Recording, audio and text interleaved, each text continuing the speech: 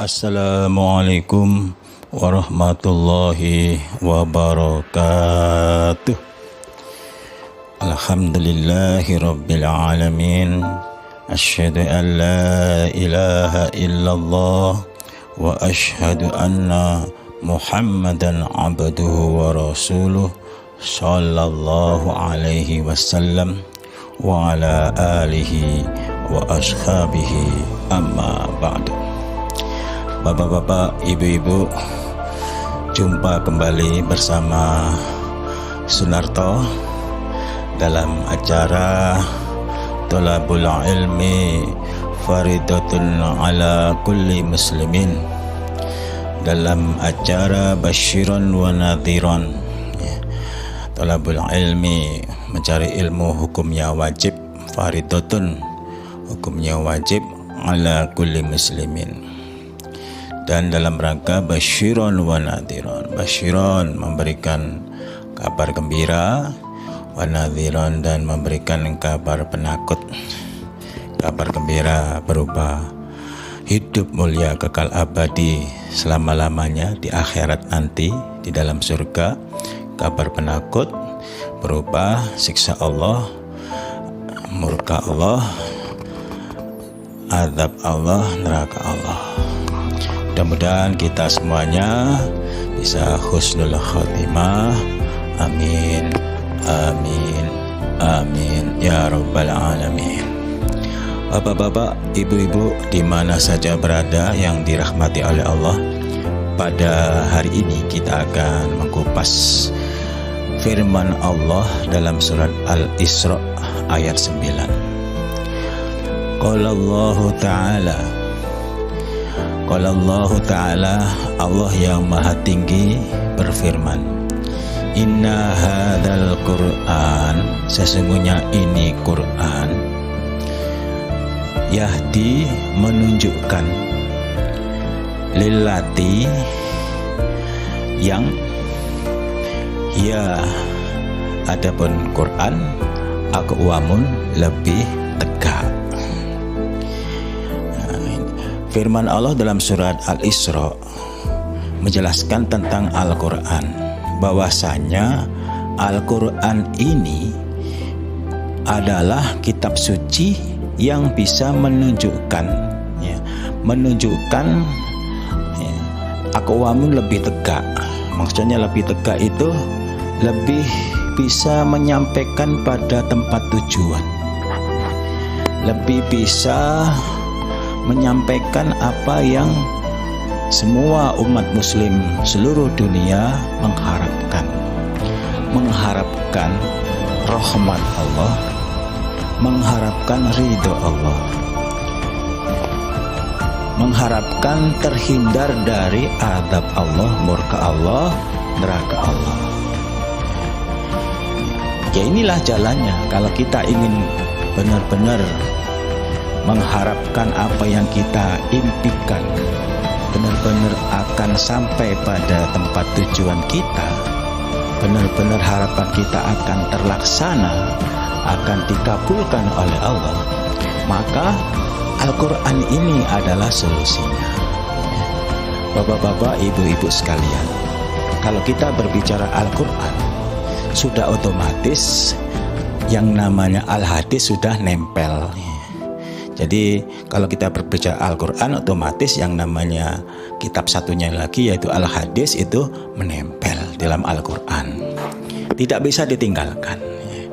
Jadi Bapak Ibu sekalian, berarti Al-Quran dan Al-Hadis, kalau kita sebagai umat muslim ini sudah harus paham bahwasanya pedoman umat muslim seluruh dunia, pedoman tuntunan umat muslim seluruh dunia untuk bisa mengharap rahmat Allah, untuk supaya terhindar dari murka Allah, azab Allah, itu adalah jalan satu-satunya adalah dengan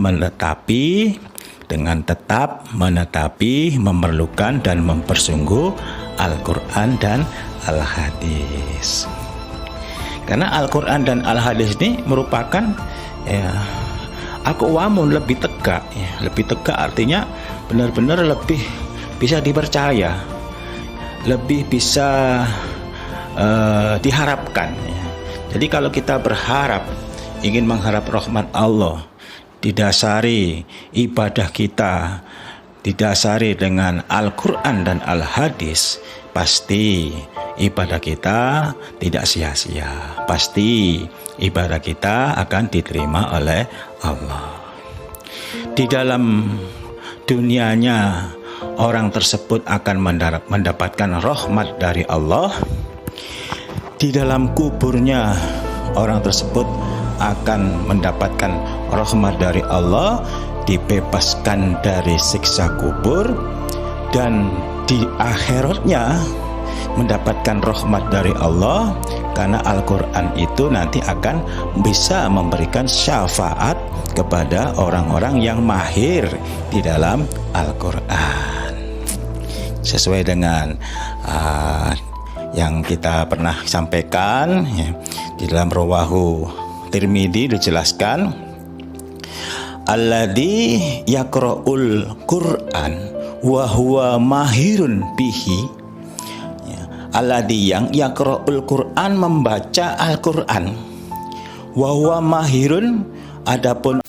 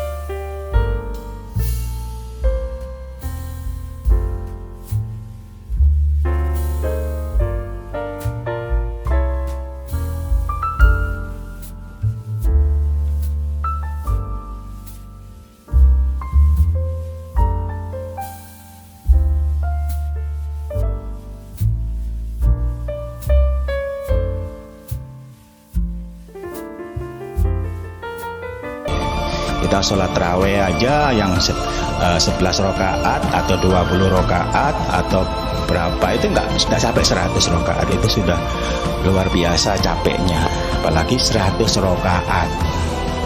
Ini sangat lama dan juga kayaknya manusia zaman sekarang kayaknya nggak mampu. Tapi kalau kita mengkaji satu ayat dari kitabnya Allah, itu mendapatkan pahala lebih baik daripada mengerjakan sholat sunnah 100 rakaat ya. Nah, kemudian Bapak Ibu sekalian, setelah kita mendapatkan kefadolan dari Al-Quran dari membaca, kita sudah mendapatkan satu huruf mendapatkan 10 kebagusan. Kefadolan Al-Quran lagi dari kita mengkaji Al-Quran satu ayat mendapatkan lebih baik daripada 100 rakaat sholat sunnah. Nah, kemudian yang luar biasa lagi Bapak Ibu sekalian, setelah kita kaji Al-Qur'annya ditambah lagi, diperkuat lagi mengkaji al-hadisnya, akhirnya kita mengetahui jalan menuju surga, selamat dari neraka, mengetahui halal dan haram, mengetahui dosa dan pahala, mengetahui surga dan neraka. Ya, karena Bapak sekalian, Al-Quran ini isinya firman Allah. Kalau kita mengkaji kitab suci Al-Quran dan Al-Hadis, sama dengan Allah berkomunikasi dengan kita. Allah menasihati kepada kita. Ini loh, bagi kalau kita ingin mendapatkan rahmatku, ini caranya seperti ini. Caranya ya cuma 3. Mengerjakan perintah, menjauhi larangan, percaya cerita. Perintahnya dikerjakan dengan sepol kemampuan. Perintah apa? Perintah ibadah yang wajib, termasuk sholat 5 waktu, ya, termasuk puasa Ramadan, termasuk zakat fitrah. Adapun yang selebihnya itu keutamaan. Artinya dikerjakan dapat pahala, tidak dikerjakan ya tidak dapat dosa. Nggak dapat pahala, nggak dapat dosa. Tapi kalau wajib dikerjakan dapat pahala, ditinggalkan dapat dosa, ya. Mengerjakan sholat dapat pahala, meninggalkan sholat dapat dosa. Mengerjakan puasa Ramadan dapat pahala, meninggalkan puasa Ramadan dapat dosa. Menunaikan, melaksanakan zakat fitrah dapat pahala, meninggalkan zakat fitrah dapat dosa, ya. Nah, ini Bapak Ibu sekalian sudah jelas bahwasanya kalau kita ingin mengharap rahmat Allah, ya caranya ya kita ikutin petunjuk dari Allah. Nah, kemudian Bapak Ibu sekalian, keutamaan Al-Quran berikutnya di dunia, kalau dikubur, Al-Quran bisa menyelamatkan kita dari sisa kubur. Di akhirat, Al-Quran bisa memberikan syafaat kepada kita. Nah, kemudian di dunianya, kita selalu, ya, di dalam perjalanan kita selalu didampingi oleh malaikat Jibril. Ya, ini dalilnya kan jelas ini. Alladzi yaqra'ul Qur'an wa huwa mahirun bihi, ya, alladzi yang yaqra'ul Qur'an, yang membaca Al-Qur'an, wa huwa, orang tersebut mahir dalam Al-Qur'an. Mahir ini maksudnya mengetahui cara membaca yang benar. Mahir maksudnya memahami makna dan keterangannya Al-Quran, paham betul. Kemudian mahir maksudnya hafidul Quran, ya. Sudah sempurna, sudah mahir. Kalau sudah hafidul Quran itu sudah mahir. Nah, ini Bapak Ibu sekalian, kalau kita sudah sempurna mengambil manfaat dari Al-Quran, semuanya bisa kita kerjakan, baik membaca, baik berusaha untuk mengetahui makna dan kandungan isinya, baik kita mengerjakan apa yang ada di dalam Al-Quran, perintahnya dikerjakan, larangannya dijauhi, ceritanya diyakini. Ditambah lagi kita hafal Al-Quran, ditambah lagi kita mau menghafal Al-Quran. Nah, ini pahalanya nambah lagi, itu namanya mahir. Nah, kalau sudah seperti itu, di dunianya, di dalam perjalanannya itu senantiasa mendapatkan didampingi oleh malaikat Jibril. Jadi orang yang bisa mahir dengan Al-Quran, dia akan bersama dengan malaikat yang selalu berpergian lagi mulia dan bagus. Jadi Bapak Ibu sekalian, dia akan bersama dengan malaikat yang selalu berpergian lagi mulia dan bagus. Jadi Bapak Ibu sekalian, gak usah khawatir. Bagi orang yang sudah mahir di dalam Al-Quran, senantiasa kehidupannya di dunia akan didampingi, dalam perjalanannya itu didampingi oleh malaikat Jibril. Malaikat Jibril ini adalah malaikat yang istimewa. Kenapa Bapak sekalian? Termasuk Nabi kita, Nabi Muhammad Rasulullah Sallallahu Alaihi Wasallam, mendapatkan wahyu dari Allah itu melalui malaikat Jibril, ya. Artinya Bapak Ibu sekalian, ilmu yang disampaikan oleh Nabi itu dari malaikat Jibril. Lah, sedangkan orang yang selalu mahir dalam kitab suci Al-Quran, senantiasa di perpergiannya selalu didampingi oleh malaikat Jibril. Alhamdulillah. Sekian dari kami.